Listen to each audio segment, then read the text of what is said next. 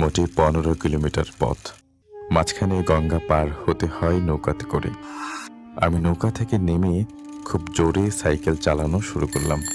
আমাদের গ্রামে ঢোকার রাস্তায় একটা শ্মশান পড়ে। এই শ্মশানের খুব বদনাম রটিয়ে আছে।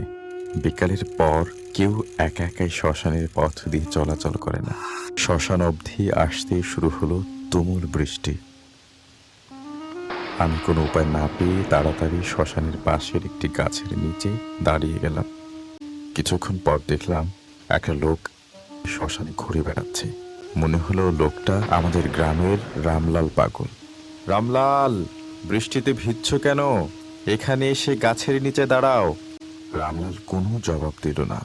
এক মনে সে কিছু খুঁজছে। শ্মশানের পুরানো চিতাগুলো খুঁটিয়ে খুঁটিয়ে দেখছে। একটা দেখা হয়ে গেলে আরেকটা, তারপর আবার আরেকটা, আবার আবার।